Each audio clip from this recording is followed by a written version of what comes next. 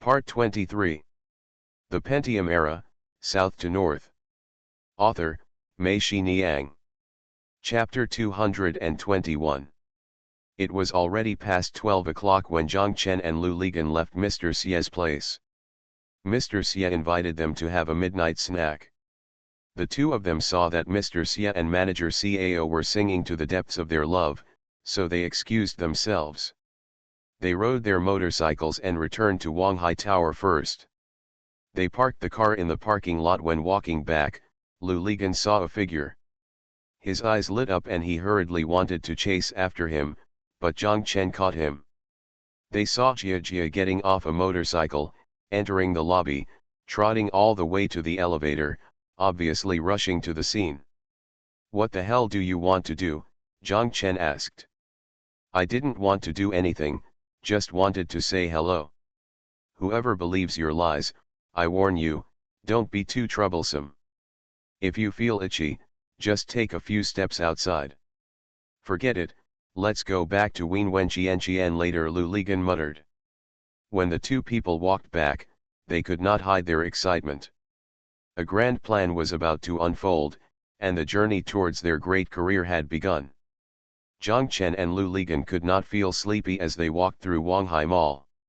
When it was time to turn into the alley on the right, Lu Ligan said, "You go there first, I will come right away." Zhang Chengu walked to the office by himself, opened the door, turned on the light, picked up the electric teapot from the floor next to the desk, took away the 4 cups on the table, went to the sink, received the pot of water, and wash the cup and returned to the office. Zhang Chen plugged in the electric teapot and put 4 cups on the table. 2 contained tea leaves and 2 more. He turned around and took out a bottle of wine from the cabinet. This time he was reluctant to take the Jigui wine. Instead, he took a bottle of Yanghe Dake with a blue wine label, opened it, and filled a glass with half a glass. He knew without asking that Lu Ligan was going to buy food. The electric teapot made a sharp squeak, and the water in the pot boiled. The lid of the pot puffed and puffed against the lid. Zhang Chen stretched out his foot and stepped on the electric teapot's wire on the ground. He rubbed it hard, and the plug came out of the wall socket. After it fell off, he stood up and filled up the 2 glasses, and poured the remaining water into the thermos bottle beside it. He placed a cup of tea in front of his seat, next to the half glass of wine. Another cup was placed on the side of his desk, next to the other half glass of wine. He also moved a chair to the side of his desk. After putting it away, he returned to his seat and sat down. After a while, Lu Ligan came back. He was carrying 2 plastic bags in his left hand and 1 in his right hand. He entered the door and took a look here, shouting, "Yes, the battlefield has been opened. How did you know that I going to buy this?" As Lu Ligan spoke, he lifted the plastic bags in his hands, and Zhang Chen cursed, "Who are you, who am I? If your butt is raised, I know what you are going to do." Lu Ligan stopped and said, "Okay, guess what I bought?" Zhang Chen thought for a moment and said, "Grilled squid, oysters, mutton, beef, grilled shrimp, and leeks. Anything else?" "No, if there is, it's the pomfret bream."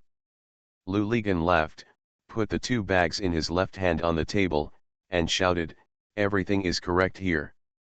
Then he put the 2 bags in his right hand on the table and shouted, "You didn't guess this." Zhang Chen peeled the bag open with his hands. Inside were 2 foam fast food boxes. When he opened it, one was fried salted fish and the other was fried duck head. Zhang Chen was overjoyed. He really didn't expect this. Lu Lipol sat down, and as usual, the 2 of them clinked glasses, took a sip of wine, and then started eating. "Your plan has passed the test of Lao Xie, so I feel more relieved," Lu Ligan and Zhang Chen said. "This old turtle has been in the mall for many years, and he thinks there are things he can do, then it's definitely worth doing. It's worth doing in the first place. We don't need his confirmation. We just don't have the strength ourselves and need to use his funds," Zhang Chen said confidently. "There are also connections. Let me tell you, When doing business, connections are sometimes more important than money. If it weren't for him, we wouldn't be able to get this land even if we had money, Lu Ligan said. That's true, Zhang Chen agreed. Also, why do you think Lao Xie is willing to give up? His entertainment city is not very profitable. He also has private rooms in the company, invites special chefs, and raises a group of girls to put in his entertainment city.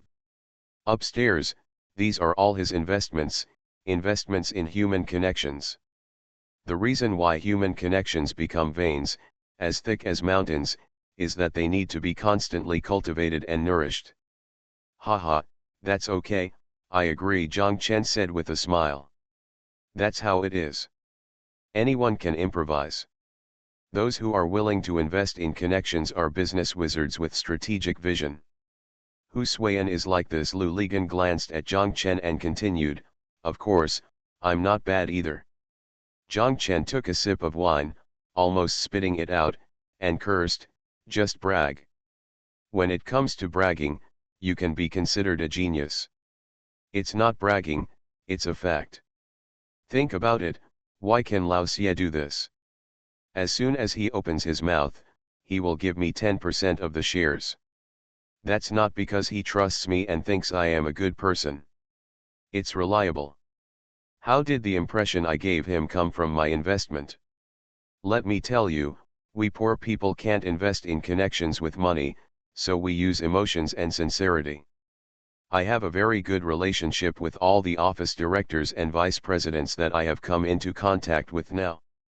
Even if they don't have any business, if they want to drink tea, I will invite them to tea, if they want to eat, I will invite them to dinner, and if they want to chat, I will accompany them. They chatted, and you see, in a few years, many of these people will definitely climb up. By then, I, Lu Ligan, will have established a network of contacts. It's not unusual for a person to be nice to you when he's proud, because everyone is nice to him at that time, and it's even less unusual for you to be nice to him when you ask for something from him, because everyone will shake their heads and tails at him at this time. It's strange. Be nice to him when you have nothing to ask for from him. Only then will he feel it and recognize you as a friend. Once I recognize you as a friend, other things will be easier to handle. Some things are not that simple. Everyone loves money, but only fools and people who are desperate will dare to accept money from anyone. It's not nonsense, Zhang Chen, believe it or not, if I gave you 100,000 yuan and asked you to give it to a designated person, I guarantee that you would not be able to give it away.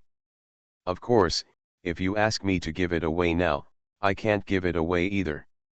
Zhang Chen listened to Lu Ligan's eloquent remarks and was convinced. He thought of the 100,000 yuan he gave to Mr. Qin. The reason why Mr. Qin received it so lightly was not entirely because of Mr. Fu's foreshadowing. If it weren't for Mr. Fu's level Guangzai, I really can't give away my money. If I can't give away the money, things will naturally become even worse. You seem to feel it quite deeply, Zhang Chen smiled. Of course, I'm not a fool, Lu Ligan said, I clean buildings every day, and when I see those good companies, I wonder how they are successful. They have no business, so I go there again and again. First, this is people who work in companies tend to be more aggressive, and it is often more difficult to establish relationships. But if you go there often, and you know how to proceed and retreat, you will naturally become familiar with them. Haha, people are also strange. This guy comes here again and again and never talks about business. I don't have any business to talk to him about. Why is he here? I don't care if he comes or not. When people think like this, in fact, he has let down his guard. It's not that there is no business or conflict of interest. Of course, people will not be wary of you. How could they know that I am here to learn? When it comes to those bad companies, as long as the people in them are not crazy, it's generally easier to deal with them. He has nothing to do all day long. It's nice to have someone to brag with him and look like he's talking about work. Don't think that there is nothing to learn from such a company, there is still something to learn from them, and I will learn from them why they suck. Zhang Chen, look at why I am so happy to wash the buildings every day. I am all studying. This city is my social university, and these buildings are my classrooms. Only in this way, look at me as a student of Zhejiang University. It's no worse than Qiang's Peking University. Zhang Chen laughed loudly and cursed, you still have the nerve to say that you are from Zhejiang University. By the way, does Lu Yun know now that you are a fake Zhejiang University? Heroes don't care where they come from. In society, who cares how big you are? When you fall in love, it depends on your personality, and society depends on your ability. Not to mention, I have actually met a few people from Zhejiang University. To be honest, I don't know anything about it. I don't feel like I'm worse than them. Okay, I respect your confidence. Zhang Chen raised his glass. The construction site is busy 24 hours a day. If Zhang Chen is not there, he will not be there anymore. As long as he is here, the lights in the office are still on and the door is open, and people passing by will come in and report something to Zhang Chen. The reports were actually trivial things that could be said or not. When these people came in, Zhang Chen asked them to eat and drink. Some shook their heads and refused to drink or eat, and then left after finishing their talk. Others picked up Zhang Chen's cup and took a sip, then went out with a grilled squid or half a duck head. The Pentium Era, South to North. Author, Mei Xiniang. Chapter 222. After the others left, Lu Ligan sighed and said, well, actually, when I said those words to Lao Xie earlier, I felt guilty. What I said was all under the most ideal situation.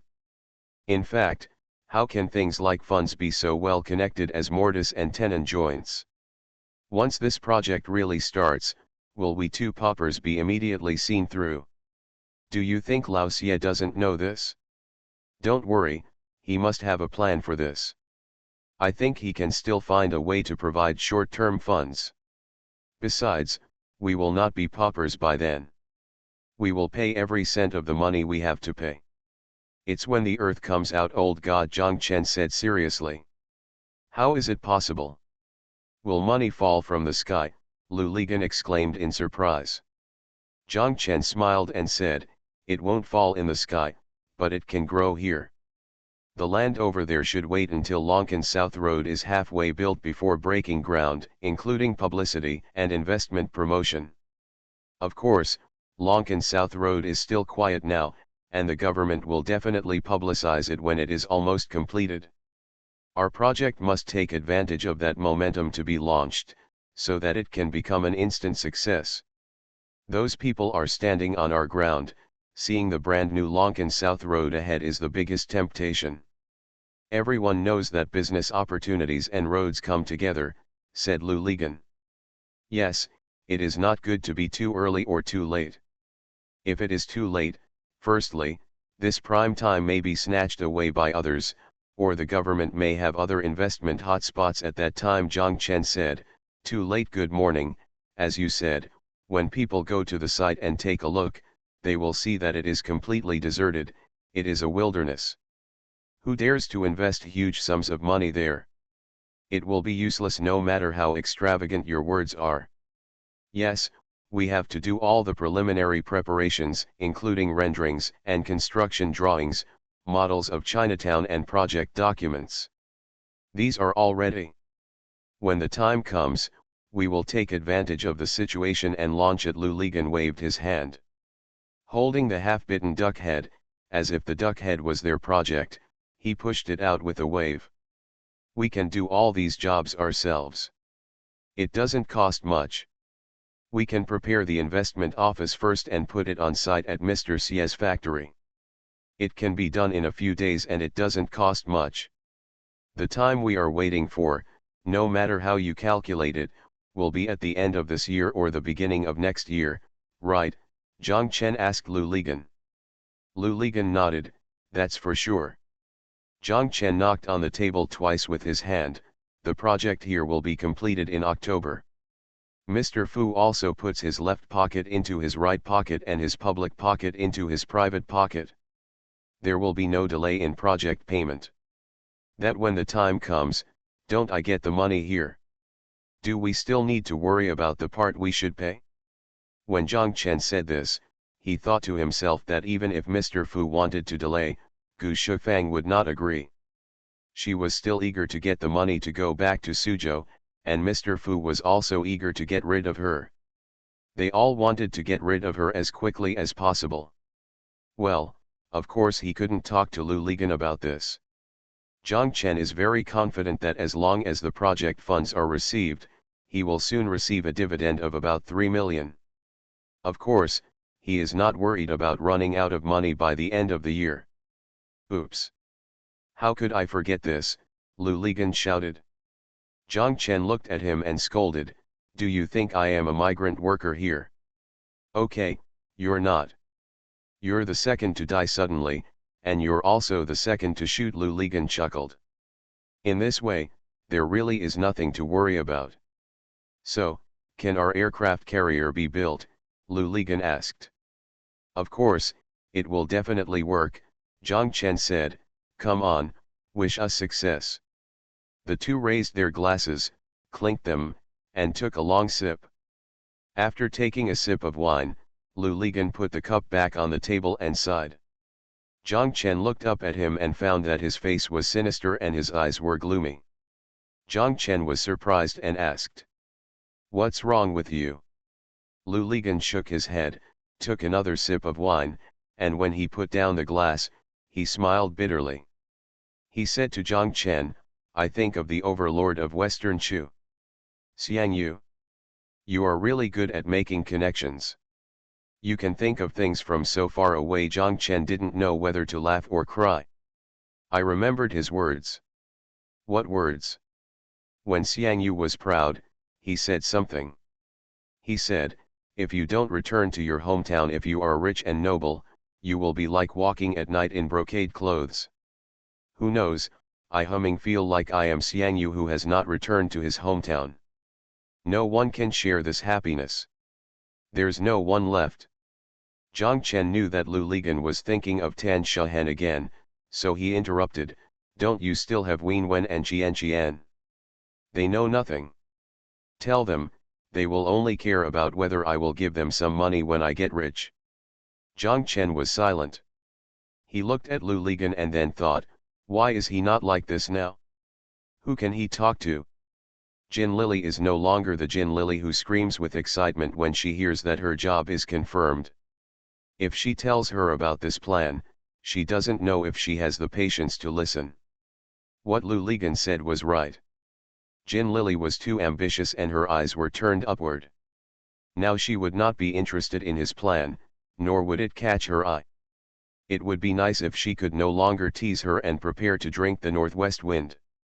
Zhang Chen picked up the wine glass and touched it with Lu Li. The two of them swallowed a sip of wine silently, each having their own sorrow. Zhang Chen felt that he and Lu Ligan were on an empty stage, working hard to finish the first part of the opera. Only then did he realize that there was no audience in the audience, and there was no possibility of applause.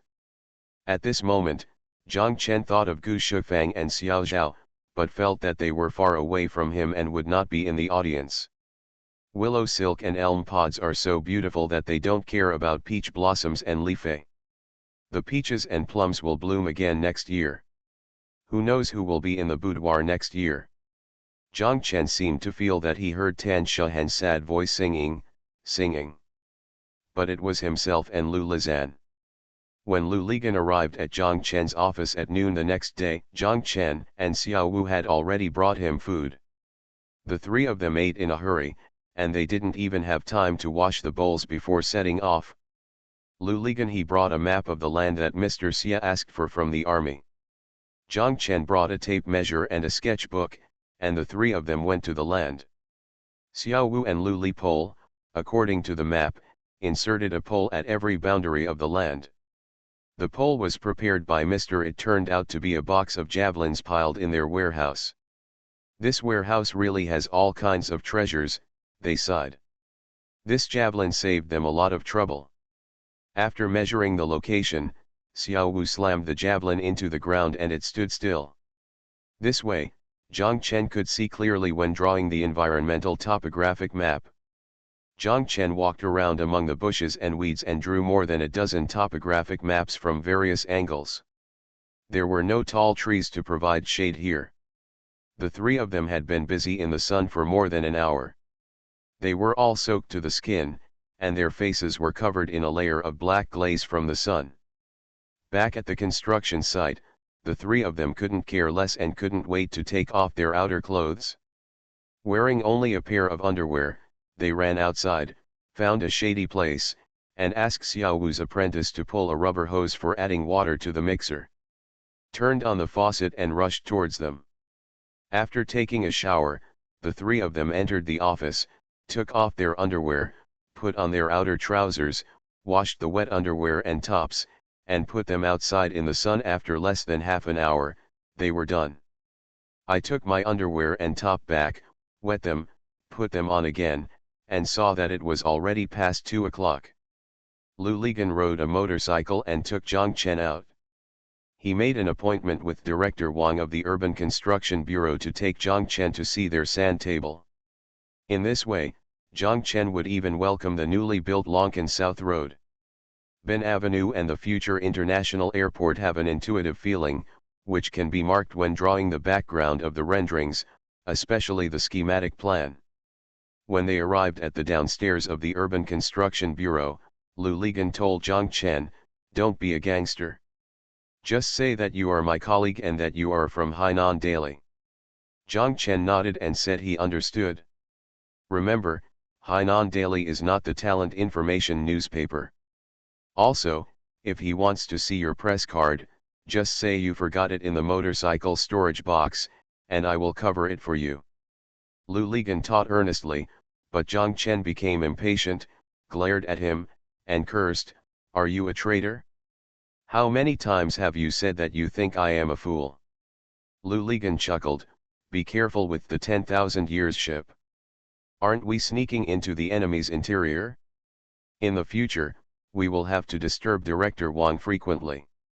If we cheat this time, there will be no next time." Okay, Zhang Chen nodded. The two of them went upstairs to Director Wang's office. Unexpectedly, Director Wang saw that Lu Ligan was very enthusiastic and didn't care who Zhang Chen was, so he took them to the showroom next door and let them enjoy it. Zhang Chen and Lu Ligan both felt a little flattered when they visited the place, and he himself stayed with them, taking the trouble to answer their questions. When he walked downstairs, Lu Ligan came to his senses and cursed, "Mom, you got the wrong expression. I was introduced by Director Luo of the Provincial Planning Department. No wonder he is so enthusiastic." Zhang Chen was beside him, laughing. "You are listening to novels at Bless Up channel. Wish you happiness and luck. Please subscribe to receive new novels. How do you feel about this novel? Please like and leave a comment." The Pentium Era, South to North. Author, Mei Xiniang. Chapter 223. Although Zhang Chen has set rules for himself that when he is at work, he should focus all his energy on Wanghai Tower, go all out to complete this project, and not think too much about things related to Chinatown. Zhang Chen believes that it was completely private work. He did private work during work hours, not because he was afraid of others seeing him, but because he couldn't get over his own hurdle. Although his hands are not dry, he can't control his brain not to think about it. How could he not think about it? Now, this project has almost become a worry for Zhang Chen, and he even dreams about it. This project is larger and more complex than all the projects Zhang Chen has been exposed to so far. He must consider every detail in every aspect. With so many different stores gathered together, the business hours and peak hours of each store are different, and the flow of people in and out is also different. Whether it is exterior design or interior design, their different needs must be taken into consideration. The settings of every door, every passage inside, and every elevator, including lighting, must be properly arranged. It is necessary to ensure that they are both a whole and relatively independent. It's impossible to hand over all these to design institutes. If you don't think about these clearly, then you can't even communicate your needs clearly, so how can they understand? Even when doing exterior design, if sufficient consideration is not given, then there will inevitably be a conflict between the exterior design and the internal structure design.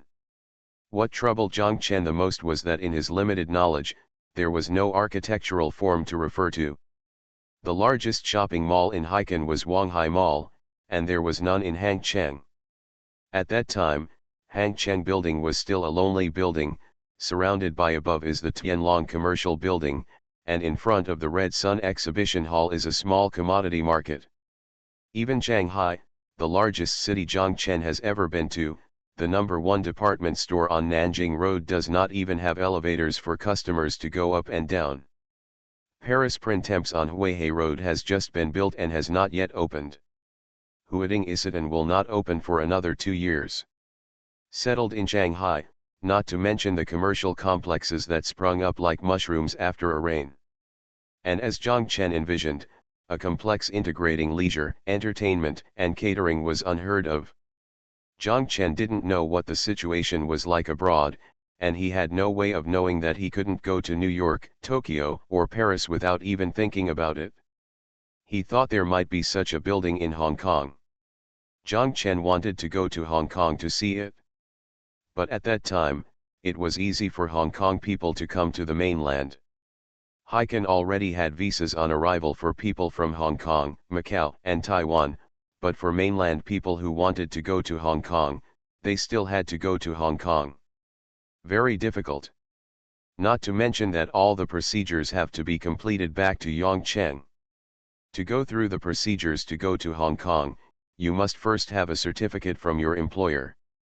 That troop that was left alone, who can you go to issue a certificate for you? Ding Begu. Even if that guy can open it, he will deliberately make things difficult for you and find 1,000 reasons not to open it for you.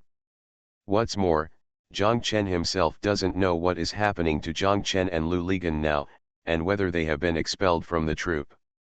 The idea of going to Hong Kong flashed in Zhang Chen's mind and was rejected. At that time, it was not like now. With the internet, you can find all kinds of information online, both domestic and foreign, with just a click of the mouse. There was nothing at that time, and the only ways to obtain information were television, newspapers, and books. It was impossible for television and newspapers to have what Zhang Chen needed. He could only find books. Zhang Chen went to the bookstore, which was not available at all. Book of. After leaving the bookstore and going to the library, it was even worse. There were a lot of books on how to ram earth walls in rural areas, how to make sandy soil, how to build mud houses and pig pens, and other books related to architecture, including books about houses with more than 3 floors. Zhang Chen thought of Mr. Tan. The information Mr. Tan had there was newer and more valuable than those in these 2 places. These treasures were all brought back by Mr. Tan himself when he went to Hong Kong, and there were also 2 people from Taiwan and Hong Kong. From time to time, friends from Taipei and Hong Kong help him purchase original books that will be sent to him later. For a company like Mr. Tan, these books are important assets and even the lifeblood of the company. They are usually locked in the cabinet in Mr. Tan's office. Even the company's designers need to read them for reference and have to keep them in Mr. Tan's office. You can read it on the small conference table and cannot take it out. Zhang Chen arrived at Mr. Tan's office and told Mr. Tan about his intention. Mr. Tan told him that this project is great. From the perspective of a customer who often frequents these places, I really hope to have such a project. A complex. Mr. Tan thought for a while and told Zhang Chen that I have never seen such a complex when I went to Hong Kong, at least I have not been there. There are large department stores, but they are purely for leisure, dining and entertainment. I have never seen them before. I can't provide any suggestions in this regard, but I have another idea. Brother, Please tell me, Zhang Chen said quickly. I think once your complex is completed, you can get a city card. City card? Yes, your place is called Chinatown, right? Just get a Chinatown city card and go to every store there. With this card, you can get discounts. This will save a lot of money for customers. It's a matter of face. Okay. Okay. Okay, Zhang Chen said 3 good words in a row. This suggestion from the elder brother is very good, haha. What the elder brother said inspired me. In fact, the scope can be expanded. For example, Lu Yun and the others golf members of the club automatically enjoy city card benefits, thus locking in this group of high-end customers. That's right, any other bank cards can be included, Mr. Tan also said, and became excited, as if this was his own project. He just finished saying this and shook his head. This city card needs to be expanded, but you can't overuse it. If it is overused, it will be worthless and no one will take it seriously. Golf balls are fine. Brother, this reminder is right. How to control the speed is very important, Zhang Chen nodded. Mr. Tan stood up, opened the door of the cabinet, and asked Zhang Chen to choose. He said to Zhang Chen, you can take it away after you have finished choosing. Zhang Chen was stunned for a moment and said, isn't this good? I'll just watch it here. Zhang Chen knew in his heart the value of these overseas original books to Mr. Tan. Not only were these books expensive, but each one was brought in from overseas with great painstaking efforts. Mr. Tan allowed himself to borrow them. That was great face. Mr. Tan smiled and said, I'm lending it to you, not giving it to you. What's wrong with that? Mr. Tan actually has another plan in private, that is, he also hopes that Zhang Chen and his team's project can be completed as soon as possible, and the investment promotion can achieve great success. Help to make introductions, there are always a few who will succeed, which is not only beneficial to your company in terms of profits, but also in terms of reputation. Mr. Tan believes that if such a complex is completed, it will definitely become a landmark building in Haikan. Most of Mr. Tan's books were about home decoration and store decoration design, but some also related to the appearance design of commercial entities. Zhang Chen felt like he had found a treasure. He finally selected 4 books and borrowed them. Zhang Chen returned to the office. After thinking about it, he ran upstairs to Wanghai Mall and bought a video recorder. When he returned to the office, Lu Ligan and Xiao Wu were in the office and saw Zhang Chen coming in carrying a video recorder. Lu Ligan shouted. You bought something big, are you planning to get married? Shameless.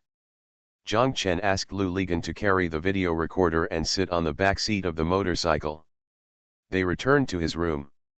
After installing the video recorder, the two went back to the office. When they walked out of Zhang Chen's room, Lu Ligan looked upstairs. He lowered his voice and asked Zhang Chen, where is the old witch? Why haven't I seen her since I came several times? How do I know? Zhang Chen said. The two returned to the construction site. Zhang Chen told Lu Ligan the previous suggestion from Mr. Tan, and Lu Ligan also said that this was good. Zhang Chen said that it is good, but how to avoid spam is also a problem. Lu Ligan patted his chest and shouted, with me, we can divide the cards into levels. For each unit, the person in charge of these things is not the office director. I know which companies are our potential customers.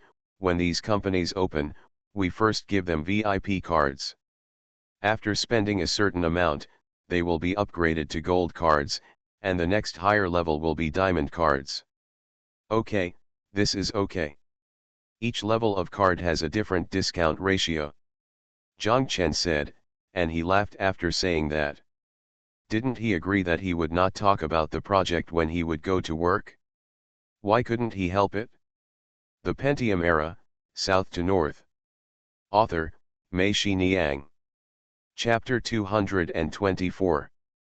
Just after Lu Ligan left, Xiao Su came in. The office area on the third floor of the mall has been renovated. The entire Hiken Catering Service Company and Mr. Fu have moved here from the top floor of Wanghai International Hotel. Over there, demolition has begun. Remodel. After the office moved to the upper floor of the mall, Xiao Su would come to Zhang Chen's place to sit and chat when he had something to do. In his words, "Mr. Zhang, you are free here. Even the air smells of freedom. In the office, it's so weird. Damn, it's boring, they're all a bunch of old men and old ladies." Zhang Chen understands Xiao Su's mood. In the work unit, he is an official, and an official must behave like an official. Once here, he can live freely and have no scruples. Indeed, Xiao Su is considered young in the catering service company. Most of the other people are the managers of the various stores below. Some of them were sold or demolished and are gone. Some of them are incompetent and were replaced by Mr. Fu. These people have no place to go, so they are all arranged in the company. For them personally, after all, they are transferred to the higher level unit, and it makes sense in terms of face. After chatting more often, Zhang Chen got to know Xiao Su better. Xiao Su turned out to be Mr. Fu's apprentice. He learned to be a chef from Mr. Fu at the age of 17. Unfortunately, he was not the right one. It's a common thing to get scolded and beaten, but there's nothing I can do about it. If I'm not this material, I won't be able to learn well. Haha, the senior brothers who are with me are level 3, level 2, and level 1, special 3, I climbed up one level at a time, and now I am still at level 3.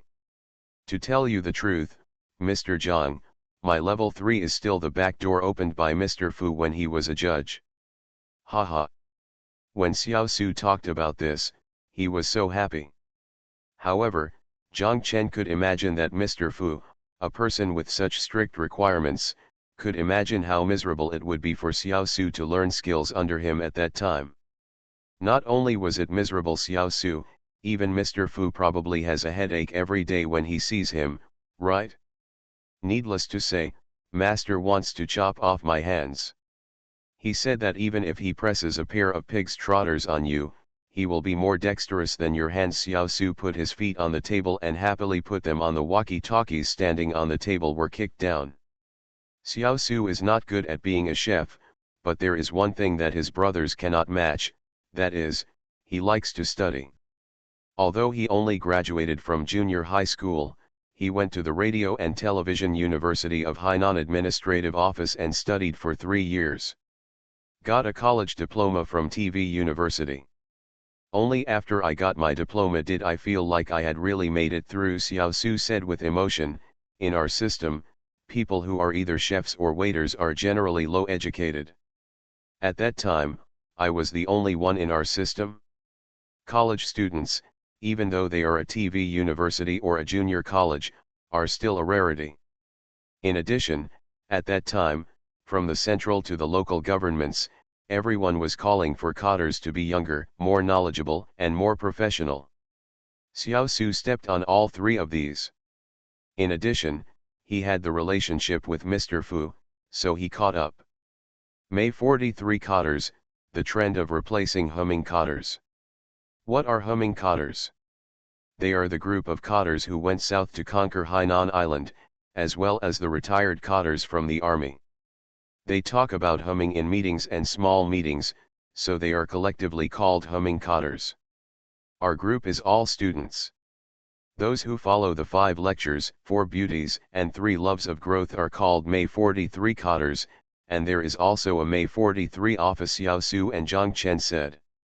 Later, Xiao Su followed Mr. Fu, rising step by step, until he is now the assistant to the general manager. Although new college students continued to come in the company, especially after the establishment of Hainan province, more college students came in, but Mr. Fu, I just like to use him as a college student. Firstly, because he is his apprentice and reliable, and secondly, because after all, Xiao Su is from the grassroots, and he does not need to learn the things in society. He is not nerdy, and there is no gangsterism or domineering in this place in Hiken. Can't do anything. Master's mantra is that you have to be gangster when doing small things, and you have to be domineering when doing big things. It makes sense when you think about it. Xiao Su told Zhang Chen, and Zhang Chen nodded. He felt that this was indeed the case. Compared with Lu Ligan, he was a little less domineering, but to say that he was not domineering, he was not domineering. Admittedly, he thinks that the word domineering must be guaranteed by status and ability. If you don't have that status or ability and still dare to be domineering, that's not domineering, but stupidity. It's not that I don't have domineering power, it's that I haven't reached the stage of domination yet. Xiao Su often visits Zhang Chen. For Zhang Chen, the biggest advantage is that if he needs to tell Mr. Fu anything, he can convey it through Xiao Su. If Mr. Fu needs anything, he will directly ask Xiao Su to go downstairs. Come and talk to him. Naturally, the weekly work morning tea party between Zhang Chen and Mr. Fu disappeared. This made Zhang Chen breathe a sigh of relief. Originally, every time he went to have morning tea at work, Zhang Chen had to find something to talk about. Otherwise, he would sit there with nothing to say and it would be quite uncomfortable. Now he doesn't have to go. Zhang Chen feels very good. There are even some things that need to be discussed with Gu Shifang, such as some urgent financial arrangements or large cash preparations. Zhang Chen told Xiao Su, and Xiao Su would notify Gu Shifang in time and sometimes bring the money to hand. Just give Zhang Chen a formality and leave it on Gu Shifang's desk. This saved Zhang Chen a lot of trouble. Xiao Wu walked into the office. Xiao Su looked at his watch and said with a smile, "The time for bragging flies by so fast. Look, it's dinner time. I'm leaving." Xiao Su stood up, picked up the walkie-talkie on the table, and when he walked past Xiao Wu, he patted him on the shoulder and said, "You are famous now." Xiao Wu was confused. He looked at the back of Xiao Su walking out, looked at Zhang Chen and asked, "What do you mean?" Zhang Chen smiled and said, "How do I know? It's probably because you became famous in one battle." The two of them took bowls to the canteen to get food. Zhang Chen didn't pay attention in the past. Today, after Xiao Su said it, Zhang Chen paid close attention. It's true. They met the security guards of Wanghai Tower in the canteen. When they saw them, they were all very polite, smiling and nodding at them, mainly towards Xiao Wu. Even the staff in the cafeteria looked at Xiao Wu differently. The two people walked back with the bowls. Zhang Chen looked at his own bowl, then at Xiao Wu's, and asked Xiao Wu if he saw what Assistant Su said was in the bowl. For the same two dishes, Xiao Wu's portion was obviously much larger than Zhang Chen's. "I want you to do the cooking from now on," Zhang Chen laughed. After dinner, it was Zhang Chen's self-limited time to get off work. Xiao Wu went to the practice hall at the back. Zhang Chen took out the book he borrowed from Mr. Ten and started reading. He took out a sketchbook and pen from the drawer, and drew in the sketchbook while reading. When he saw something in the book that touched him, he copied it in the sketchbook and wrote annotations on the side. Zhang Chen lowered his head and drew in his sketchbook. Someone knocked on the open door a few times. Zhang Chen raised his head and his eyes lit up. He saw Xiao Zhao standing at the door. "Why are you here?" Zhang Chen asked in surprise. Xiao Zhao walked in with a smile, gesturing upwards with his fingers as he walked, and said to Zhang Chen, "I'm here to eat, and I'm here to see you." Zhang Chen understood. Mr. Fu was having dinner together again. Zhang Chen wanted to ask who he was having dinner with, but he held back. "Do you have the right to control who he was having dinner with? Even if I tell you, you may not recognize him." Xiao Zhao came over, saw the sketchbook on the table, and shouted, "The painting is really good. Did you draw this?" Zhang Chen nodded. "Can I take a look?" Xiao Zhao asked. "Okay." Great. Xiao Zhao picked up the sketchbook and sat down opposite Zhang Chen. He read each page carefully.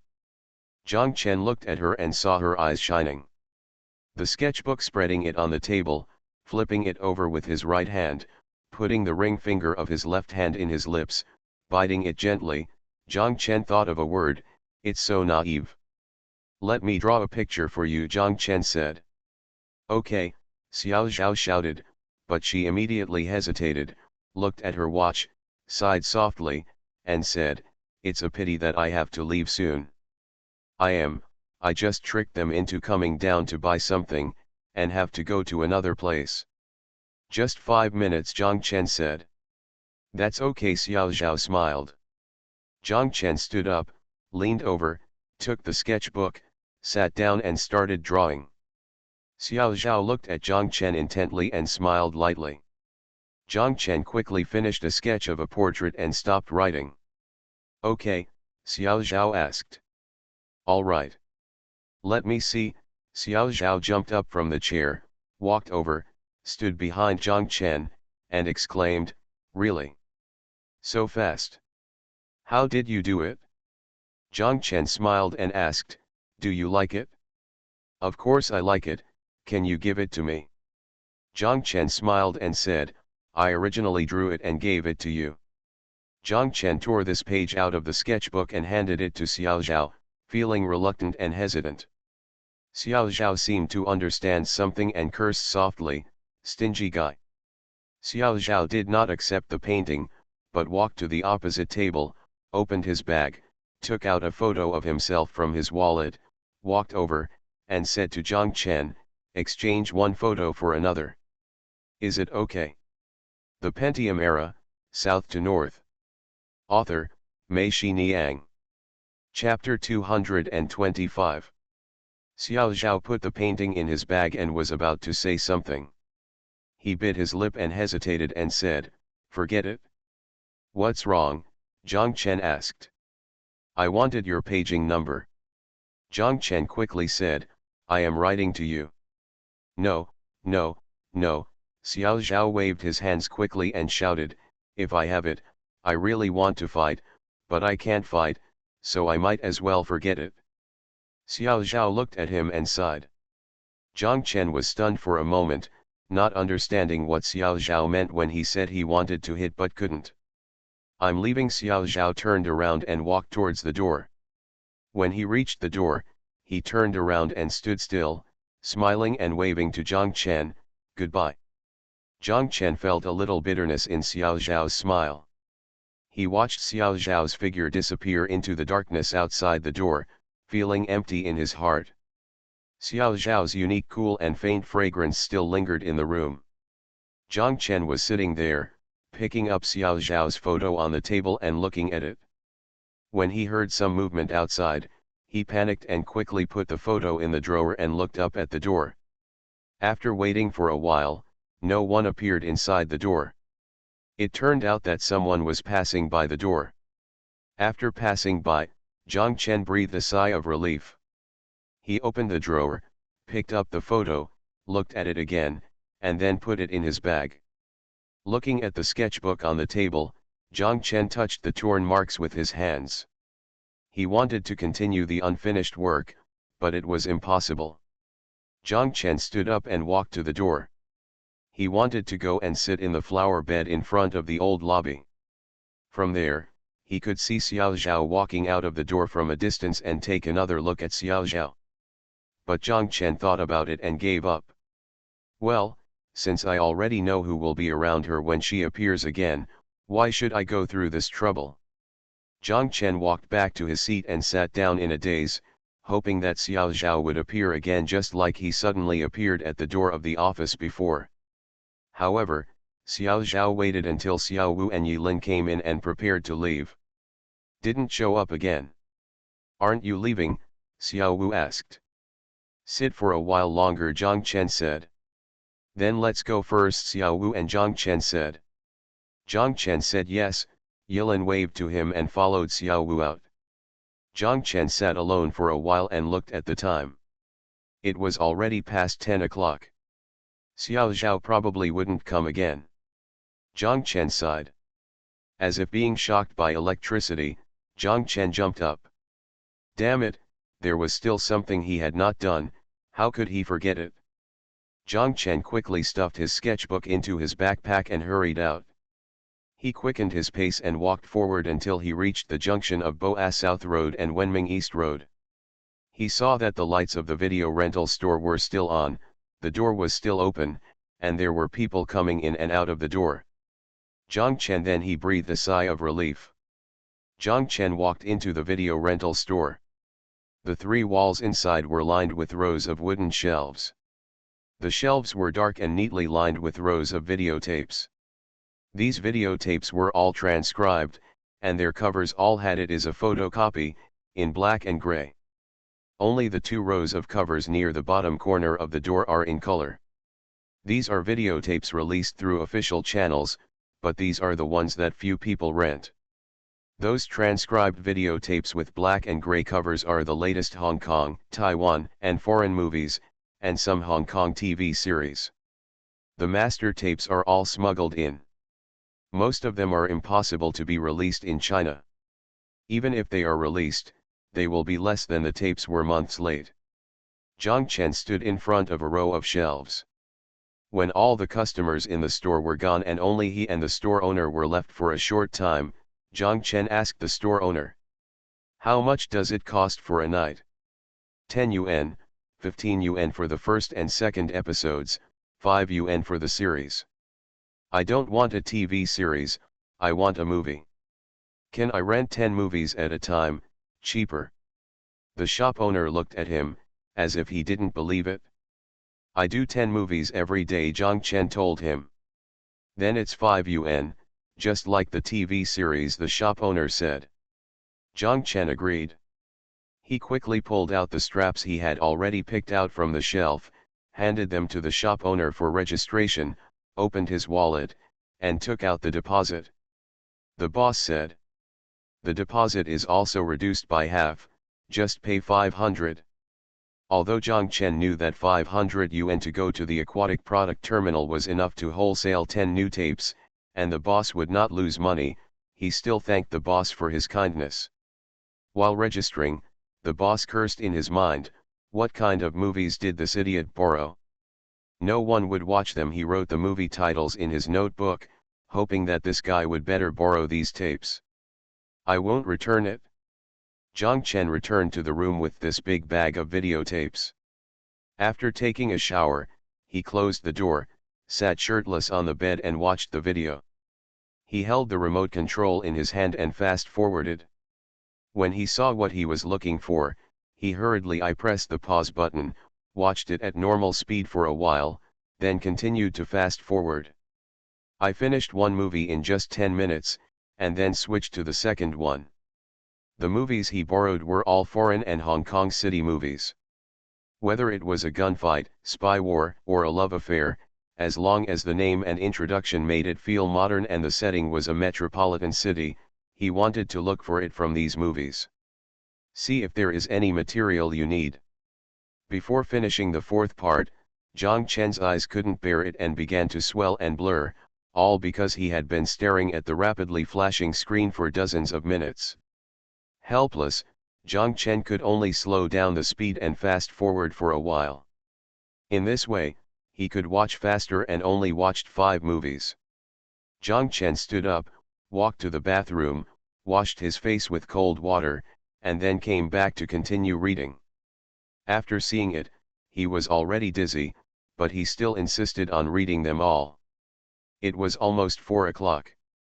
He stood up and went to the bathroom to wash his face again. After he woke up a little, he returned to the room, took out his sketchbook, and drew some things that he could still remember in his mind. Then he went to bed and turned off the lights. I remembered it before, climbed out of bed again, took out Xiao Zhao's photo from my bag, looked at it for a while, then turned off the light and went to sleep. This night, Zhang Chen dreamed constantly. In his dream, 10 movies were performed in a chaotic manner, with Xiao Zhao and himself appearing from time to time. When he wanted to catch her, Xiao Zhao always disappeared. What's even more annoying are the parts that he fast-forwards into. In dreams, He always seems to want to complete their stories, but he always misses the point, which makes people anxious.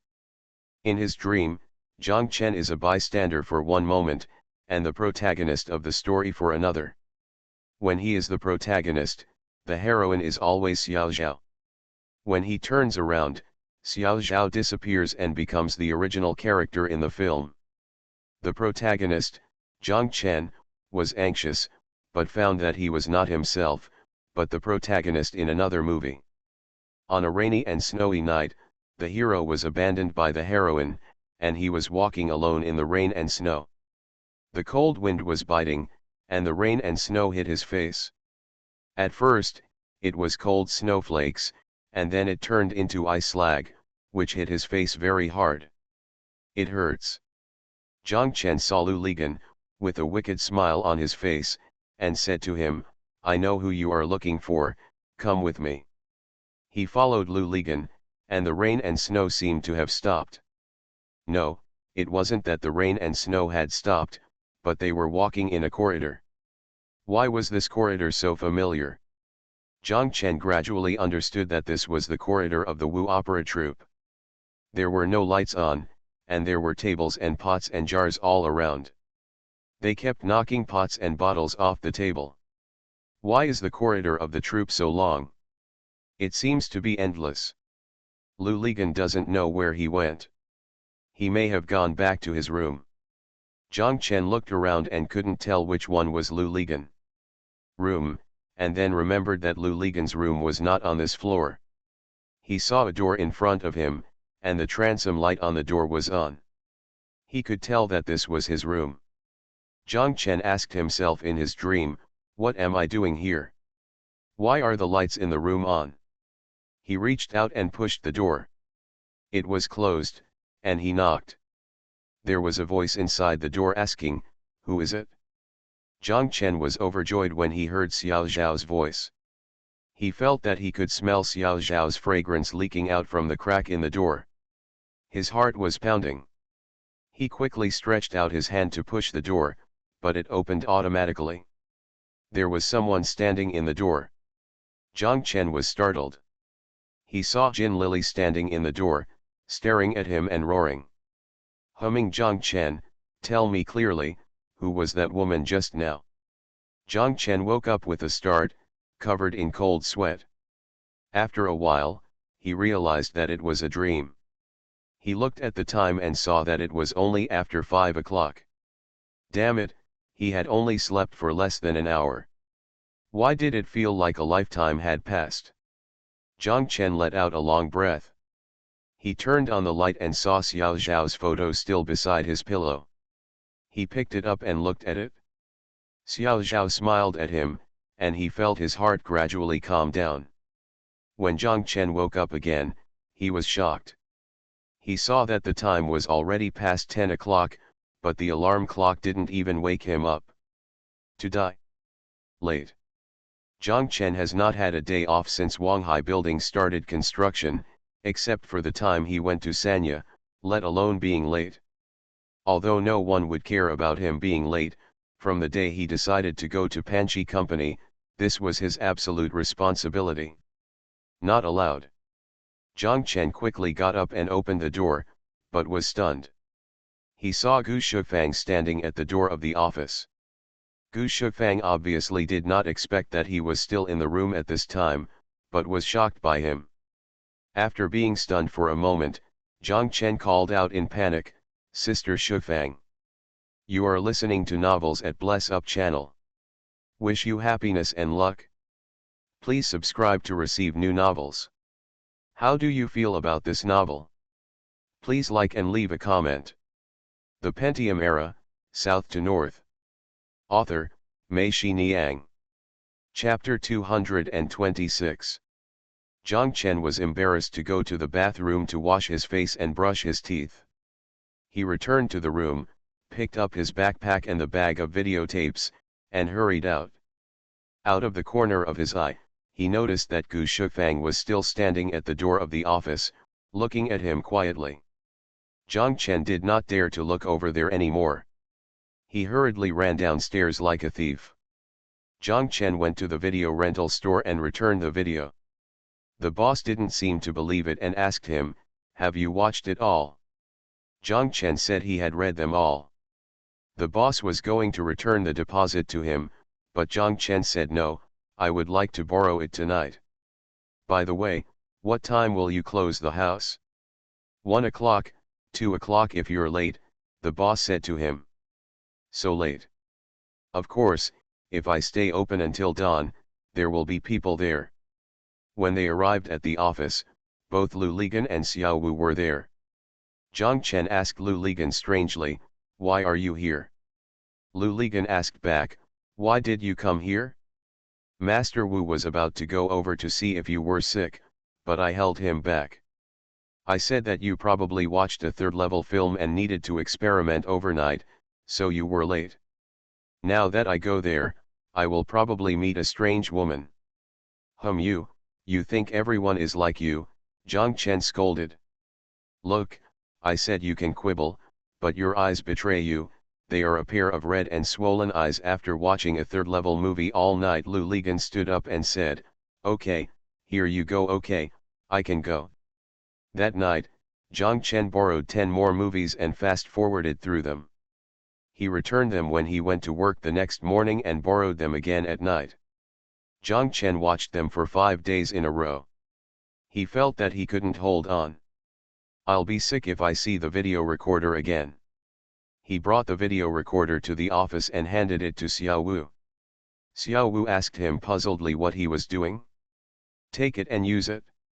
"Don't let me see it again," Zhang Chen and Xiao Wu said. "I feel dizzy when I see it now." Xiao Wu was overjoyed and shouted, "I'm not dizzy, I can watch martial arts movies at home." After dinner, Zhang Chen opened the sketchbook and flipped through the pages, browsing through what he had written down in the past few days. However, his mind kept flashing to Xiao Zhao biting his finger and flipping through it carefully. Zhang Chen couldn't help but smile at the appearance of the sketchbook. Zhang Chen took out a pen and paper and drew freely, but he couldn't concentrate. He was thinking about other things. He stood up, walked to the door, looked up and saw a few stars, in the bright light of the city, like they are beans that have been soaked in water for a long time, with a layer of white foam and burrs floating on them.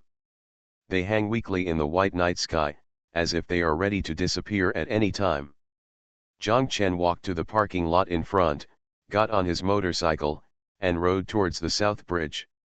After turning left under the South Bridge and walking forward, it was as if he had entered another world. There were more and more stars above his head. It's getting brighter and brighter, but the surrounding darkness is getting deeper and deeper. Going forward from this remote road, countless small flying insects gathered in the light of the motorcycle. It seemed that all the flying insects in this dark world were rushing towards this light beam. More and more, the light was shining brightly. The beam of light is filled with gray. Like raindrops, flying insects hit Zhang Chen's motorcycle helmet and his bare arms. After riding for a while, Zhang Chen had to stop the car and wipe off the traces of flying insects on his helmet with paper towels. When I put it on again, the helmet was blurry and I couldn't see the road ahead clearly. Zhang Chen took out a bottle of water from the motorcycle storage box, unscrewed it, poured the water on the helmet's goggles, then wiped it with paper, and finally wiped it clean. Zhang Chen got back on his motorcycle and walked forward as if he was facing the sound of bullets and bullets from small flying insects. Zhang Chen thought of that dream. He was walking fast on the street in the cold wind, and the rain, snow, and ice shards were crackling on the face. With a pop sound, a moth exploded on Zhang Chen's goggles, which startled Zhang Chen. The corpse spot then turned into a black hole on his right eye. Now he can only rely on his left eye. Continuing to move forward, Zhang Chen did not stop the car, but fortunately he was almost at his destination. Zhang Chen rode to the door of Mr. Xie's factory and turned off the car lights. There was darkness all around. It seemed that even the whistling wind was extinguished along with the car lights. Zhang Chen felt his ears suddenly relax, and then there was the sound of insects. The sound of frogs came one after another, occupying his auricles again, but this time, the feeling in his ears was orderly and clear. There was no light in the factory behind him. Jiang Chen looked to the left and was surprised. He saw a piece of light in the distance in the depression on the left. Who would come to this desolate place at this time? In the countryside? Jiang Chen sat down on the cement floor. There was still the residual warmth left by the sun during the day on the ground. He raised his head and looked at the top of his head. The stars above his head were big and bright. Each one was so full that it looked like it was about to fall down at any time. Jiang Chen didn't know that he was the few ones he saw at the door of the office were submerged. Based on common sense, he knew they must be the brightest ones. Jiang Chen lit a cigarette, and even this little spark attracted a lot of flying insects. These flying insects must have been staying in the wilderness for a long time. Silly, they bumped into Jiang Chen from time to time. Face. Jiang Chen couldn't help laughing when he thought of the story about the city mouse and the country mouse. He didn't know what would happen if the little flying insect from Wanghai Tower got here. Jiang Chen smoked a cigarette and looked at the vast expanse of land in front of him that shone slightly under the starlight. The night covered all the shrubs and weeds in his arms, making the land look even more, the vastness. Jiang Chen imagined that a road would extend from the end of the world to the end of the world. The street lights on both sides of the road were like zippers, pulling the night apart. The cars coming and going formed a strip of light. This strip of light came from a distance. Past a place not far away in front of me, then spread towards the distance, and finally disappeared at the end of the world. Jiang Chen imagined what kind of building should be erected in front of him, so that it could match the vast world and shine like a diamond brooch. What is next to this light belt cannot be buttons. Buttons are other people's buildings. They will be dotted on both sides of Longkan South Road in the future, but they will not be designed by me, Jiang Chen. What I, Jiang Chen, must design. Standing out from the crowd, shining brightly, becoming the most dazzling one on the edge of this light belt. Jiang Chen took a deep breath. He imagined that the building in front of him had dazzling lights and never sleep, with cars coming and going and people coming and going 24 hours a day. Standing here, he could hear the background music in the surrounding square. Jiang Chen imagined himself standing on the roof of the building, looking here. Can he see himself today? There is also this little spark that lights up and goes out. It is said that a single spark can start a prairie fire. Who knows that the brilliance of this place in the future will be derived from this single spark today? Jiang Chen looked to the left and felt doubtful. He saw that the light seemed to be getting bigger and bigger, and it was moving. Jiang Chen thought about it for a long time and couldn't figure it out. There was a low-lying land there. When they came during the day, I haven't seen any buildings or even traces of human activity. Jiang Chen walked towards there curiously. The concrete ground under his feet disappeared. He saw a vague road leading there among the weeds. Jiang Chen continued walking, and the ground under his feet became lower and lower. He looked back and looked again. The place where he sat in front of him was already at the same level as his head. Jiang Chen continued to move forward, and the area of bright light became larger and larger. Halfway through, the road disappeared. Jiang Chen turned on the lighter, looked around, and saw no more road. Jiang Chen looked back and saw that he was far away from where he was sitting in front of him. The bright light in front of him was about dozens of square meters in size. It was blue-green. What on earth was coming from such a large light source? Jiang Chen decided to move forward to take a closer look. Fortunately, from where he was standing to the bright light, there were knee-high weeds, not bushes. It shouldn't be difficult to walk over, and he was wearing long trousers. Pants. Jiang Chen walked through the grass. The soles of his feet were soft. From time to time, sharp grass blades cut his arms. There was a sharp pain. Jiang Chen simply raised his hands above his head and continued to move forward. The bright light kept flashing and changing. As he got closer, Zhang Chen stopped, surprised and delighted. He could see clearly that the bright light turned out to be fireflies. Zhang Chen was stunned. He had never seen so many fireflies gathered together. Tens of thousands or hundreds of thousands of fireflies illuminated the depression in front of him very brightly, like a mist of light that filled the air before his eyes. Zhang Chen stepped forward and walked over. At this time, he was already at the edge of this light mist, with fireflies flying close to his body, not caring at all about this strange visitor. Zhang Chen lowered his head and looked at himself, and found that his whole body was illuminated by a layer of blue-green light. He felt as if he was transparent. This layer of light on his body was not fixed, but flowing. Flow slowly. Zhang Chen walked toward the brightest depth. As soon as his feet were empty, he fell into the water with a plop. It turned out that this place was a swamp, covered with a layer of rotten grass. Zhang Chen scrambled with his hands and feet, and finally caught a handful of solid grass. Zhang Chen pulled it with his hands, but the grass did not loosen. With this handful of grass, he crawled out of the swamp and sat there in shock, his feet of shoes, one of the left foot is left. The fireflies were just flying around, paying no attention to what was happening below. The Pentium Era, South to North. Author, Mei-Shi Niang. Chapter 227. Zhang Chen was very embarrassed. Riding a motorcycle with a nubuck leather shoe on one foot and a bare foot on the other.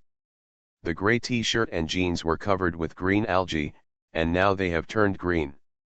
There are also algae and rotten grass in the hair, and the whole person exudes a stench. Zhang Chen didn't even dare to wear a motorcycle helmet. He was afraid that the stench inside the helmet would make him faint.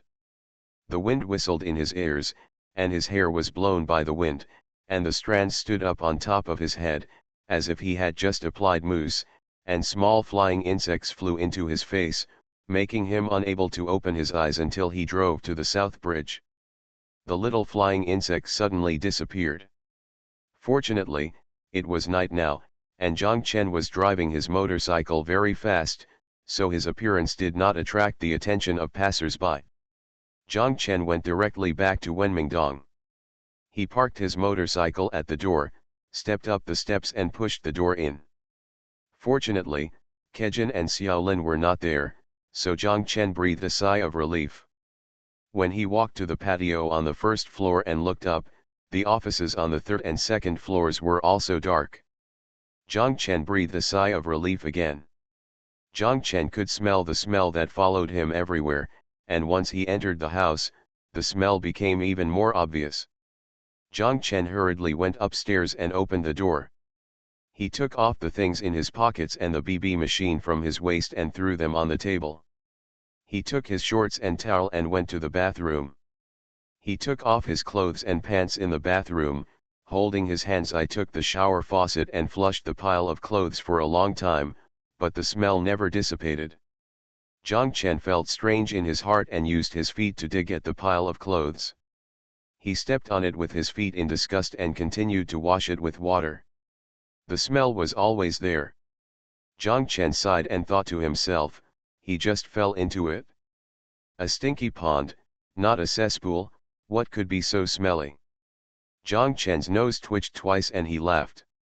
It turned out that the stench did not come from the pile of clothes, but from his own head. He quickly washed his hair and body, using shampoo and soap twice. The stench was finally no more. Zhang Chen let out a long breath, feeling that he could finally breathe freely again. Zhang Chen left the pile of clothes in the bathroom. He wanted to wash them again during the day tomorrow. Zhang Chen walked back to the room and closed the door. He was really nervous before. Now that he relaxed, he felt a little tired. He walked to the table, picked up the BB player on the table and looked at it. Damn it, the screen was completely black. It must have been damaged by water. It looked like it would have to be repaired tomorrow. He threw the half-pack of wet cigarettes on the table into the trash can. He picked up the lighter and smelled it. There seemed to be a smell, so he also threw it into the trash can. Zhang Chen opened the drawer, took out a box of cigarettes from the drawer, opened it, put one in his mouth, took a box of Wanghai International Hotel matches from the table, lit the cigarette, and sat on the edge of the bed to smoke. Stand up. After smoking a cigarette, Zhang Chen's mood had completely stabilized and he was sleepy. He was ready to take a nap. Sitting on the bedside, I still habitually took out Xiao Zhao's photo and looked at it, then turned off the light and went to sleep. Zhang Chen was about to fall asleep in a daze. When he heard Xiaolin and Kejin come back, Xiaolin went upstairs and went to the bathroom with a towel. He said hey and saw Zhang Chen's pile of clothes. He walked to the corridor. He went up and called Kejin down.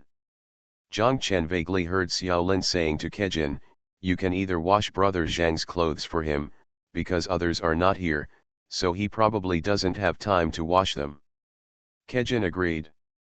Zhang Chen heard Xiaolin throwing his clothes into the patio on the first floor, probably from upstairs. There was a pop sound. Kejin was scolding below, and Xiaolin's duck voice was quacking. Smiling. Zhang Chen also wanted to laugh. He thought, okay, if you want to do something good, just do it. He heard the sound of Kejin sizzling and rubbing clothes on the cement washboard downstairs. Zhang Chen turned over body, asleep. I don't know how much time passed, but Zhang Chen vaguely heard the voices of Kejin and Xiaolin talking in the corridor outside. They seemed to be hanging clothes. Then Kejin went downstairs, and Xiaolin put out her clothes with a bang. The door was kicked shut. Zhang Chen thought to himself, damn, I can finally go back to sleep, but he suddenly sat up from the bed. Motorcycle. He thought about his motorcycle still parked outside the gate. To die. Zhang Chen immediately had an ominous premonition. His motorcycle must have been stolen. If it was still parked at the gate, Xiaolin would definitely call him when he came back, instead of thinking that he was not in the room. Zhang Chen got up quickly, got dressed and ran downstairs. Sure enough, the door was empty and there was nothing. Zhang Chen jogged all the way to the entrance of the alley, but did not see his motorcycle. He stood stunned at the entrance of the alley for a while, then walked back in frustration. When he went upstairs and passed Xiaolin's door, he knocked on Xiaolin's door. Xiaolin was already asleep. He opened the door wearing a pair of underwear, looked at Zhang Chen with sleepy eyes and asked, "What's the matter? When you came back, did you see my motorcycle at the door?" Zhang Chen asked. Xiaolin muttered something, and Zhang Chen asked anxiously, "What did you say?" "I didn't see anything. There's nothing at the door." "What's wrong?" "Okay, it's okay, you can continue to sleep." Zhang Chen closed Xiaolin's door. He returned to his room and sat dejectedly for a while. After thinking about it, he stood up, walked to the office opposite, and paged Lu Ligan. After a while, Lu Ligan came back, and Zhang Chen said to him, "Mom, the motorcycle was stolen." "Ah, that's not possible, is it? The security guards at Wanghai Tower are just for free. You can look for them again." Lu Ligan was also anxious. "Not in Wanghai Tower, but in front of my house. I forgot to move in," Zhang Chen said helplessly. "Wenmingdong? In that alley? Doesn't that mean I gave it to your uncle in society?" "You idiot," Lu Ligan cursed. Xiao Wu, who was beside him, snatched the phone away and said to Zhang Chen, "Brother Chen, don't worry, you go to the construction site now, and we'll come over too." After Xiao Wu finished speaking, he hung up the phone. Zhang Chen took the microphone and was startled for a moment. He thought, I lost my motorcycle here, why would I go to the construction site? Putting down the phone, Zhang Chen understood that Xiao Wu probably felt that he had lost his motorcycle and was so sad that he needed someone to comfort him. They were here to comfort him. It was already 12 o'clock. Zhang Chen walked towards Wanghai Tower with his backpack on his back. Along the way, He paid close attention to the motorcycles parked on both sides of the road and the motorcycles passing by on the street. He saw on this side of the road there is a motorcycle parked across the road, so run to the other side and take a look. When he reached the office, Lu Ligan and Xiao Wu were already one step ahead of him and waiting for him in the office. Seeing Zhang Chen come in, Xiao Wu quickly asked what was going on. How could the motorcycle be lost? Zhang Chen told them the process of losing the car. He didn't tell them that he went to that land, let alone that he fell into the pond. That was too embarrassing. It's over, it must be gone, Lu Ligan shouted after hearing Zhang Chen's words. Our only modern means of transportation has been sacrificed. Tomorrow, go to Renmin Bridge and buy a dang car. Zhang Chen glared at him. Xiao Wu was very calm. He took out an address book from his pocket and told Zhang Chen, I'll make a call. Who are you beating? Are you calling the police? Calling the police requires someone to run to the police station. Yes, you should call the police, Lu Ligan shouted. Xiao Wu cursed, calling the police is useless. If you call the police at night, the car will leave Heiken at night, or it will be torn into pieces. Lu Ligan was stunned by Xiao Wu's scolding. Xiao Wu found a Big Brother number from the address book, dialed it, and said to the other party, Zhang, Mr. Zhang's motorcycle is missing, please help find it. It was lost in Wenmingdong, Suzuki King 125, red, yes, is the one I ride, time. Xiao Wu put down the phone and asked Zhang Chen about the lost time and the name of the alley. Zhang Chen told him, and he repeated it to Zhang, okay, that's it, we are in the office. After Xiao Wu finished speaking, he hung up the phone. Lu Ligan and Zhang Chen looked at each other, and Lu Ligan asked Xiao Wu, is this all right? All right. Can this car come back? If you can't come back, then Zhang shouldn't hang around here. Holy shit, this is how you gangsters find things. We don't look for things, we look for people. The status of thieves on the road is worse than ding dong. There are several big mountains above them. Zhang Chen also became interested and asked, is it the same in Yongcheng? It's like this all over the country. Old school relatives and friends who have lost their bicycles or other important things come to us to help get them back. The three people sat there and waited for 20 minutes when they heard a motorcycle approaching from a distance. The roar was very familiar. The three people hurried to the door and found Zhang riding Zhang Chen. The motorcycle came over. Forget it, let's not care about it. He doesn't know Mr. Zhang, and he doesn't know it's Mr. Zhang's car. He won't dare to do it next time. As soon as Zhang parked the car, he asked Xiao Wu, and Xiao Wu nodded and said forget it. Zhang Chen quickly thanked Zhang. Zhang smiled and said, it's a small thing. Is there anything I can thank you for? If Mr. Zhang really wants to thank me, let me treat you to a midnight snack. The Pentium Era, South to North. Author, Mei Xiniang. Chapter 228. They still went to Daying Road to eat hot pot. When they got home, it was already past 4 o'clock. Zhang Chen was no longer sleepy. He was lying on the bed, recalling the scenes of going to the field scene by scene. He thought of those fireflies, so small luminous objects, when gathered together, can form such a large piece of bright light. Zhang Chen recalled that bright light, that cold tone, a clear and transparent color, with a dreamlike feeling, cold, but also made people feel a little warm and longing. If hope has color, Zhang Chen, I think it should be that blue and that green. Zhang Chen suddenly had an idea. Isn't this the brilliance he wants? On the road south of Lonkin, a huge building shines like this 24 hours a day or at night. It is impossible for anyone passing by to ignore it. Thinking of this, Zhang Chen seemed to have some idea in his mind, and felt like a stone had fallen to the ground.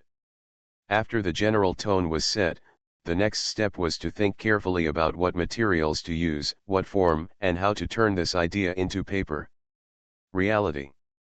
There is ample time. At least tonight, Zhang Chen can sleep peacefully. At 8:40, Zhang Chen woke up on time. He spent 2 minutes brushing his teeth and washing his face. The next 10 minutes were enough for him to walk to the office. Zhang Chen picked up his bag and was about to go out. He picked up the BB player on the table and took a look. He was pleasantly surprised again.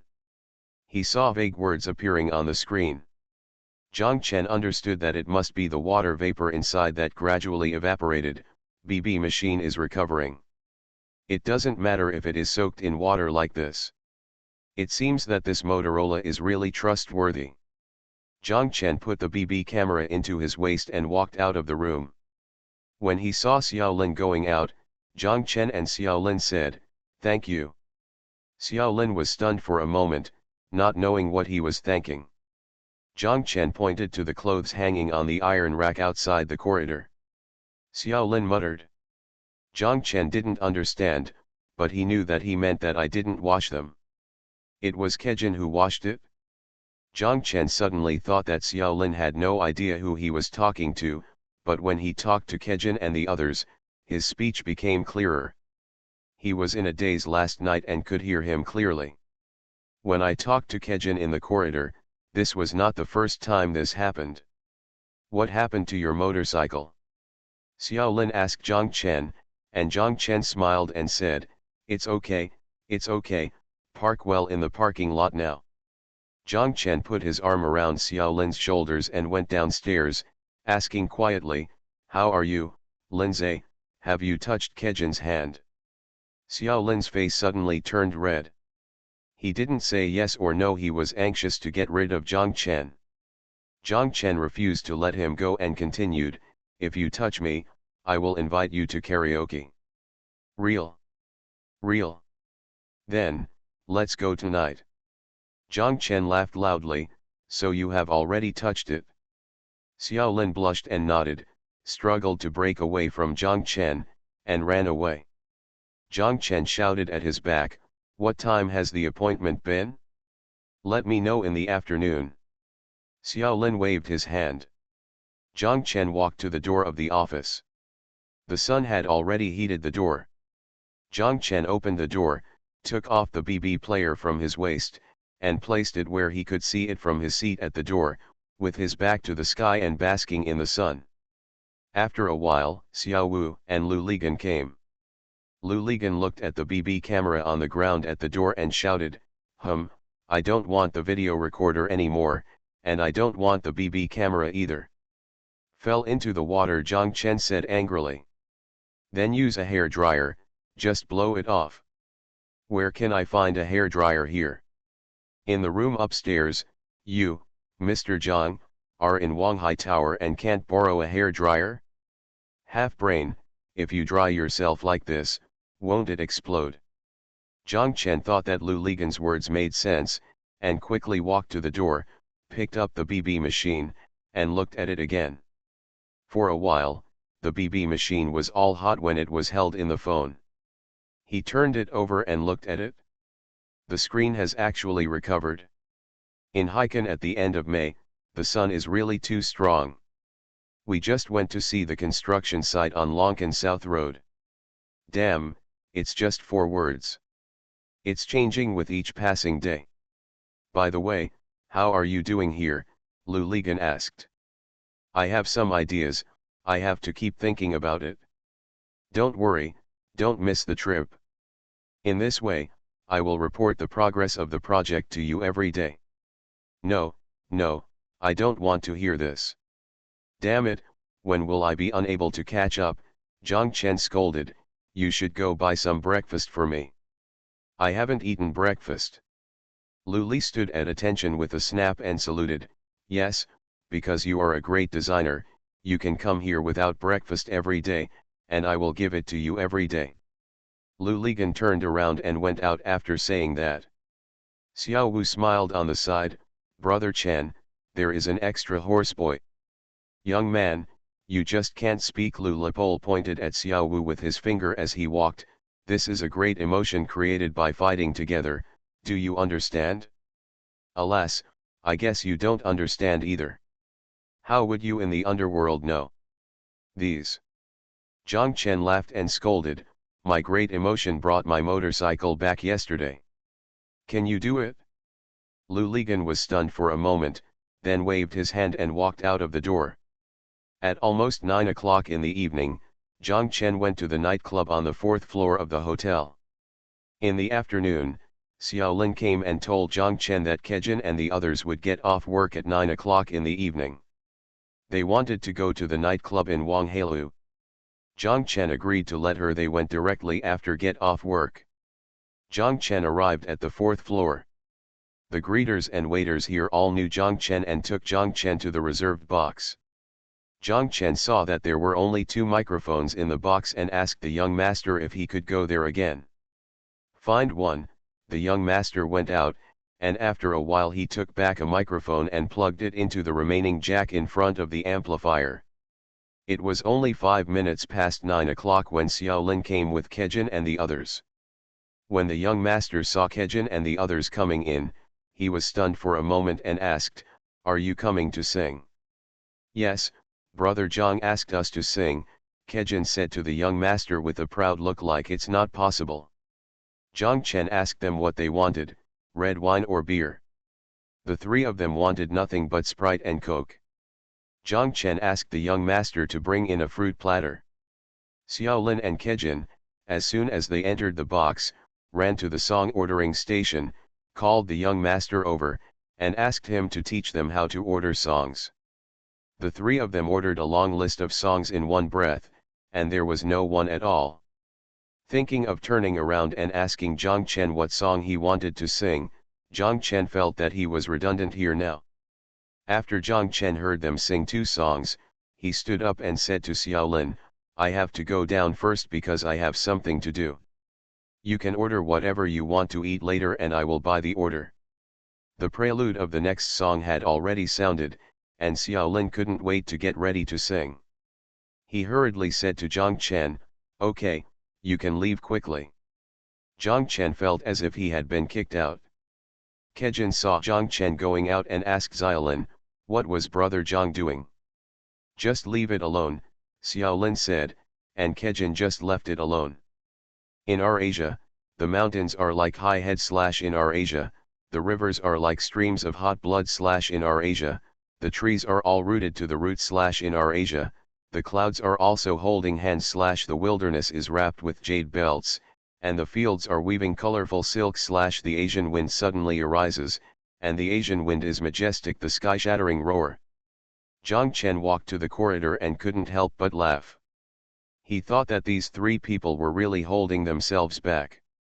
They probably held the microphone for several hours today, holding the microphone so tightly that water could come out of it. People describe the hungry as the reincarnation of a starving ghost. What are these 3? Mute reincarnated? Or a tone-deaf reincarnation?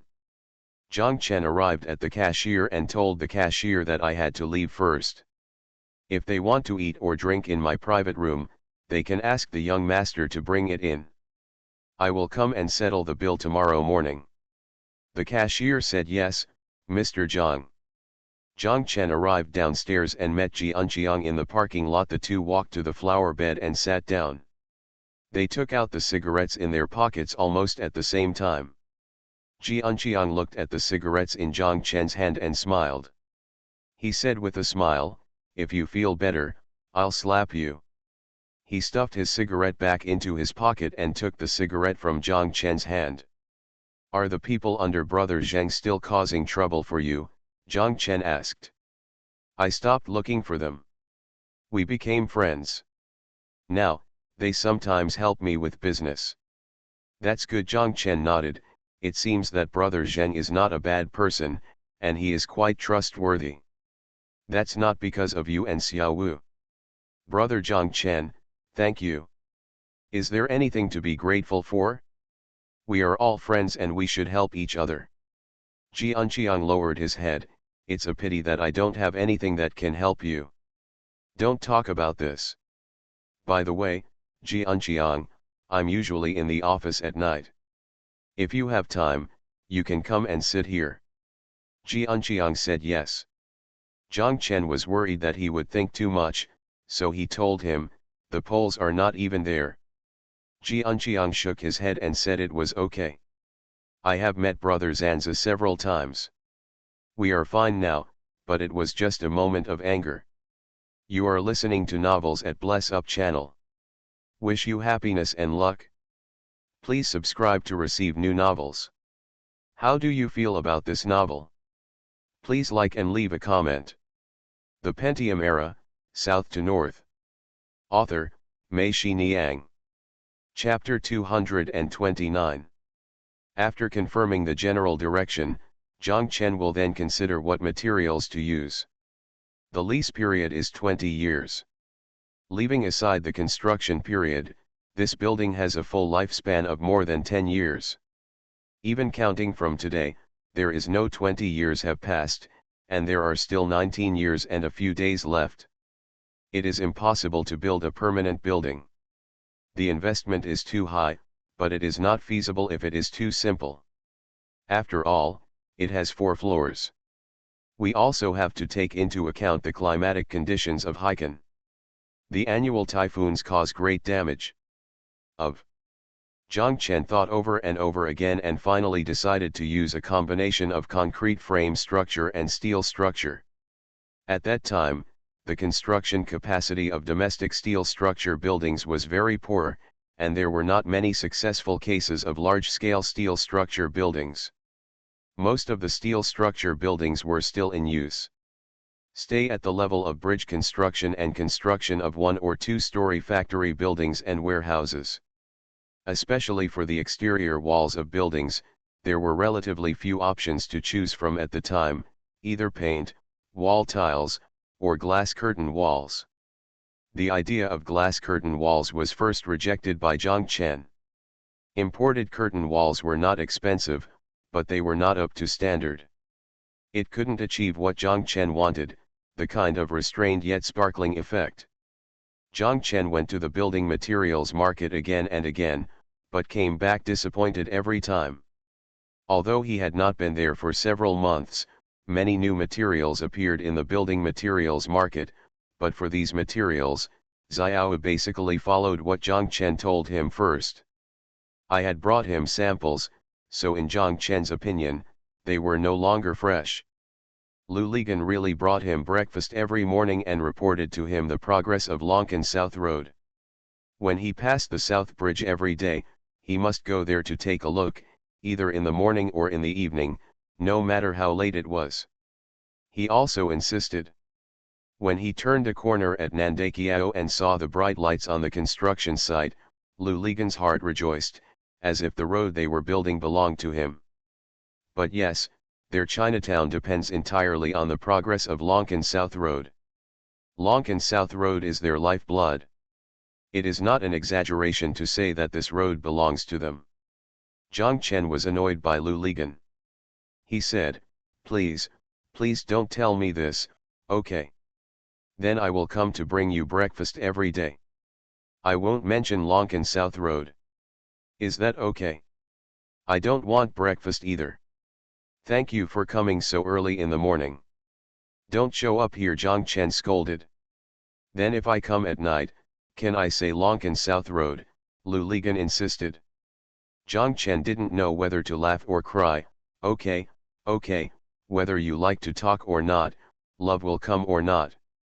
The next morning, Lu Ligan still came and brought breakfast, but he didn't mention Lonkan South Road again.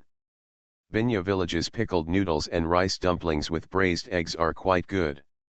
Jiang Chen asked Lu Ligan not to mention Lonkan South Road to him, but he often went to the construction site on Lonkan South Road. After dinner, he would ride his motorcycle to Nandakiao. The roadbed that goes down from Nandakiao has been paved. Jiang Chen likes to park his motorcycle on this side of the roadblock, climb over the roadblock, and walk on the roadbed. His feet are stung by the gravel below, but he feels safe in his heart. What he liked most was standing not far from the construction site, watching the road rolling machine driving back and forth on the roadbed under the lights in front, and he felt that his heart was being squeezed time and time again. Every time he came and climbed over the roadblocks, he had to walk farther than the previous time to reach the construction site. In Zhang Chen's heart, he wanted to go as far as possible. This road is eroding forward little by little every day. In a few months, they will reach their land.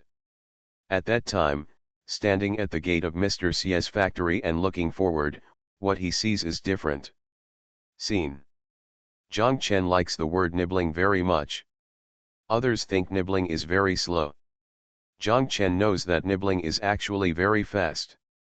When he thinks of this word, he can hear a rustling sound in his ears. When he was a child, Zhang Chen raised silkworms, and not just him.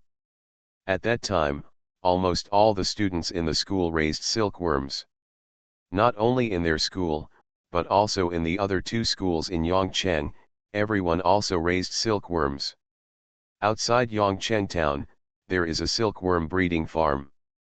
There seemed to be a problem with a batch of silkworms that year and they needed to be destroyed on a large scale. Someone in the unit felt it was a pity and came up with the idea that they could contact the school to destroy these silkworms. Selling it to students for them to keep and play with is also considered social practice. As soon as the people from the silkworm breeding farm contacted the school was very supportive. They brought silkworm cocoons, adult silkworms, and silkworm seeds to the school to promote the whole process from silkworm seeds to silkworms to the students. Of course, the students were most interested in the chubby silkworms and the white silkworm cocoons with a fluffy halo. This time the school promotion was very successful. Those silkworms produced on light yellow tissue paper were quickly sold out. They were 5 cents the size of a stamp and 10 cents the size of a matchbox. They were densely covered with maroon. Zhang Chen also bought one for 5 cents. But the disaster that followed made the school and the entire Yongcheng town extremely annoyed. The first wave affected the hospital first, catching the doctors and nurses in the hospital off guard. The cartons containing injections in the hospital were robbed by various connections. Almost overnight, all the parents were looking for connections with the hospital. The goods at that time were already very scarce, and those packed in paper boxes were all high-end goods. They were circulated on the gift-giving route at one stop after another, and no one was willing to open them. Where could I find so many empty boxes? It was so rare. There are several shoe boxes that are too big for silkworms. Not only do we raise them, but we also put them in school bags every day and take them to school to communicate and compare with each other. Later, someone discovered that the flat rectangular boxes used for storing injections in hospitals are most suitable. Prick a few holes in them with needles, which is the most comfortable home for silkworms and young silkworms. It is also convenient to put in a school bag and carry. As a result, injection boxes have become hard to find. Doctors and nurses in the hospital are asked by various connections. They just ask you for an empty box that was once used as garbage. If you say no, no one will believe it. No, it would be even more inappropriate to agree to give it, but when I went back to the hospital after I agreed, I realized that everyone was looking for it. This small box that we usually take for granted has suddenly become a rarity in the hospital. Everyone is driven to the point of neurosis. When they see a box of injections, their first reaction is to open it to see how much is left inside. If there are 1 or 2 branches left, keep a close eye on them, but it is not just a pair of eyes that keep a close eye on them. The patient took off his pants, exposing his white buttocks, and sat with his back facing inside, his waist straightened subconsciously, his eyes closed, his teeth clenched, waiting for the cold prick, but he didn't get it after waiting for a long time. Looking back, I saw several nurses behind me laughing and arguing. The patient smiled tolerantly and shook his head, knowing that they were grabbing the box. Some patients will also say, "Should my needle and this box belong to me?" Immediately, several nurses yelled at the same time, "Go, don't even think about it, the needle does not include this box. The patient said, "Okay, can you give me the injection first and then grab it? Then you won't be able to see the ghost anymore." The nurse in charge of the injection patted the patient's butt and inserted the needle with a click. It was so amazing that the patient didn't feel any pain at all. Almost overnight, the silkworms of more than 2,000 students in the town turned into baby silkworms. After turning into baby silkworms, they need mulberry leaves. You can't give them rice and biscuits. Everyone began to look for mulberry leaves one after another. In the wild areas of Yongcheng, in the hills beside the stream, there was a kind of wild mulberry tree. Its leaves could be eaten by young silkworms. So this kind of tree became everyone's target. As soon as school was over, the students would not leave on the way home, but on the way out of town. But the growth rate of silkworms is astonishing. Just like the Lonkin South Road in front of us, they look different every day. What's equally astonishing is their appetite. Obviously they couldn't finish one wild mulberry leaf yesterday, but they will need 2 the next day. 2 days is not enough. The wild mulberry trees near Yongcheng soon became bald. Not to mention the leaves, even the twigs were pinched off. Next, the poor Yongcheng fathers needed to show up. After work, they rode their bicycles to further away. Children looked for wild mulberry trees in places that could not be reached with their feet. They spent more and more time. When they went there, the sun was still 10 feet high from the west mountain. When they came back, it was dark at first, then the moon came up. Finally, the food at home was completely cold, and the housewives needed it. Time after time, the housewives and tiredness came out to stop the heat, and the fathers were collectively defeated. The Pentium Era, South to North. Author, Mei Xiniang. Chapter 230. The students had to find their own way. They used leaves of the French plane tree, leaves of a species called overlord tree, leaves of the tea tree, leaves of the oak tree, and even leaves of green vegetables and water spinach. They tried all the leaves that looked like mulberry leaves. But these silkworm babies, I don't know if they are too well domesticated. They use collective actions to resist the food that is randomly distributed to them. They really would rather die than surrender. Looking at the stiff corpses in the box, the female students began to cry bitterly. When girls cry, boys need to stand up. They unanimously focused their attention on the silkworm breeding farm outside the town. There are more than 100 acres of mulberry land in the silkworm breeding farm. It is green and lush, and every mulberry leaf looks big and beautiful. When the breeze blows, it also emits the scent that the hungry and cold silkworms dream of. It was finally their turn to taste the fruits grown at the silkworm breeding farm. The students began to act collectively and went to the silkworm breeding farm to steal mulberry leaves. This became their first priority after school every day. For the sake of the silkworm babies that were waiting to be fed, there were female classmates with tearful eyes, and they began to take desperate risks. Even Zhang Chen, an unsociable dull guy, joined the criminal group that stole mulberry leaves. There were so many people stealing that the silkworm breeding farm had to organize all its people and start around-the-clock mulberry protection operation. Before Zhang Chen and the others set out every time, just like gangsters robbing a bank, they had done a strict division of labor in advance, and even conducted sand table drills around the terrain map Zhang Chen had drawn. Everyone in Yongcheng is familiar with the silkworm breeding farm. In the past, he often went to the mulberry garden to pick mulberries and dig wild onions. But his ability to draw all the terrain from memory still surprised the students. They had to admire Zhang Chen. This boring guy. The one with the loudest voice is responsible for keeping watch, and sings loudly when someone comes. The one with the quickest hands and feet is responsible for picking. After picking, everything is handed over to the person who picks it up. The person who picks it up must be the fastest person in the class, and the rest people are the cover, responsible for pretending to fall in front of someone when someone is chasing them, thus slowing down their pursuit. If you are riding a bicycle, just insert the stick into the spokes of the bicycle. Anyway, the mud is very soft, so it won't hurt if you fall. Zhang Chen is the fastest one in the class, so he is responsible for supporting him. Every time they succeeded, everyone would share the mulberry leaves equally, but they all agreed to give Zhang Chen a few more. They all knew that Zhang Chen would also give some to Jin Lily to express sympathy. In fact, they also wanted to give to their table mates, but they all quietly, otherwise, the silkworm babies of the female classmates in the class would have starved to death long ago. What Zhang Chen liked most was that the moment he threw the mulberry leaves into the box, he stared at the box intently. Those guys who were waiting for food immediately rolled their bodies around and quickly found their own favorable terrain and adjusted their positions. The posture of the mouth started, and a rustling sound came from the box. A mulberry leaf quickly disappeared, leaving only a tender green stem.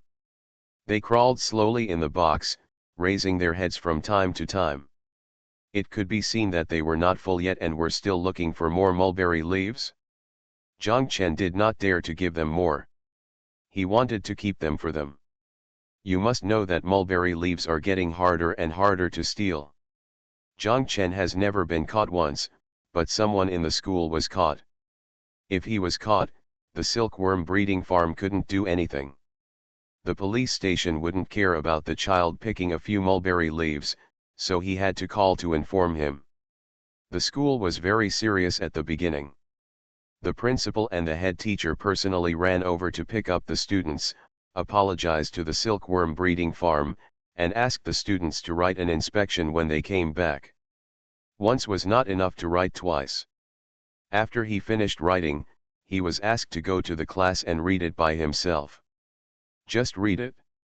No one should think it was a shame. Standing in the front was just a performance, with weird accents. All the students below put their hands under the table and their upper body. He remained motionless, his face serious, but the hands below were clapping. This is simply a tribute to a hero. The teacher was helpless.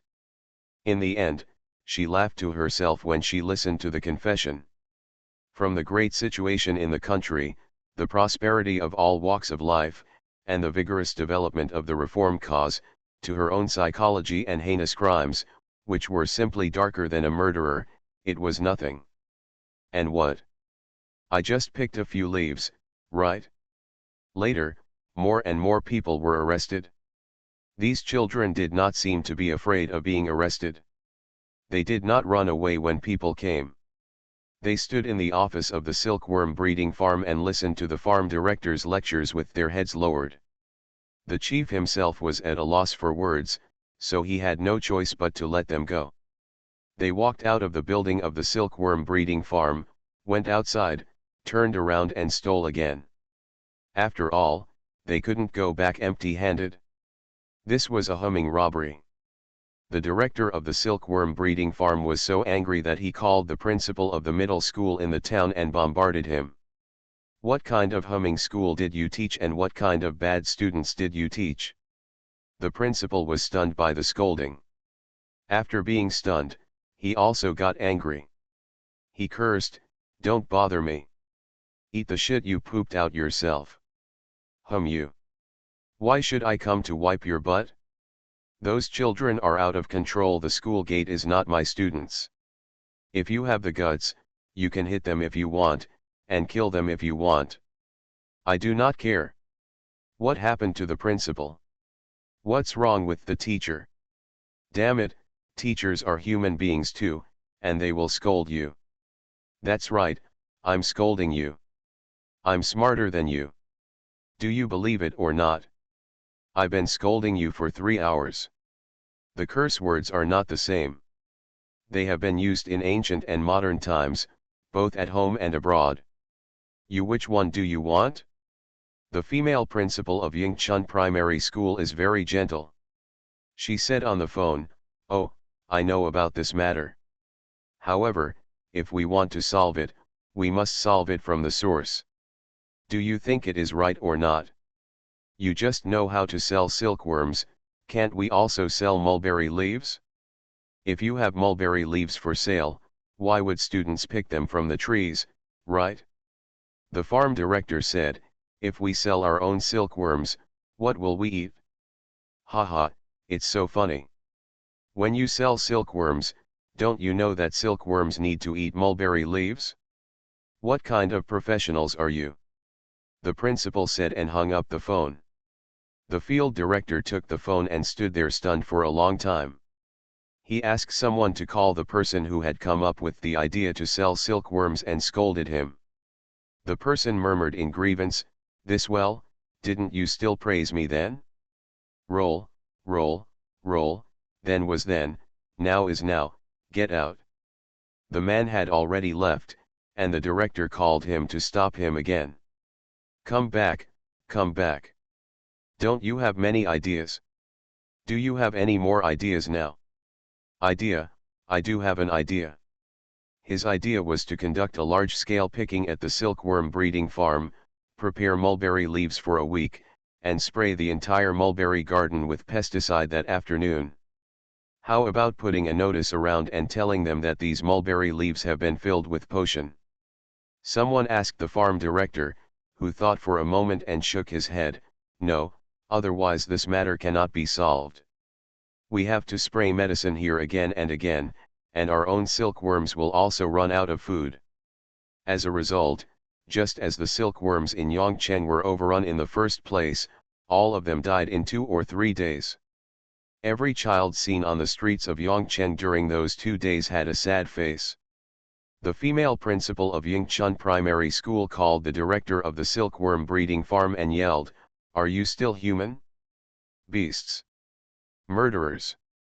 Hooligans! Which school did you graduate from?" The field director forgot that the last time he went to school, he gave the principal 3 large sheets of silkworms. The principal distributed them to several female teachers and kept some for himself. Their silkworms were now all erect. The field director was stunned by the scolding. He said, "Principal Shi, you have forgotten that I told you a few days ago that I studied in Yingchun Primary School."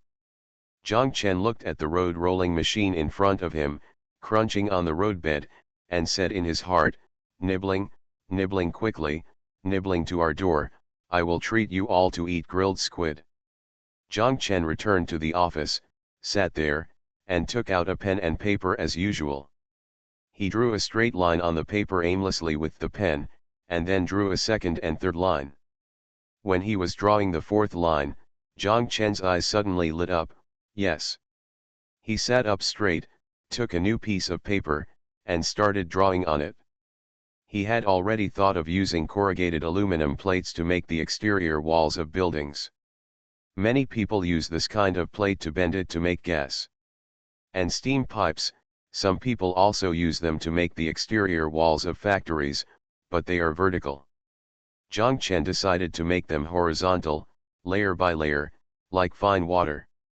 Whether under sunlight or light, this kind of board will reflect light, but because it is aluminum, its reflection is not so strong and dazzling. The exterior walls are made of corrugated boards, as Zhang Chen drew. The surrounding doors are made of several steel pipes of different lengths, which look like they are casually inserted diagonally at the door. The tops are coated with colorful waterproof coatings. The canvas was taut and looked like a sail, a flock of soaring seabirds, and waves. Zhang Chen quickly drew the sketch. He stood up hurriedly and wanted to go back to Wenmingdong to draw the official renderings. This was not possible here. He was really afraid of being seen by others, especially Xiao Su. He couldn't leave one for Mr. Fu. He was in the office, the impression of blatantly doing private work, whether during working hours or not.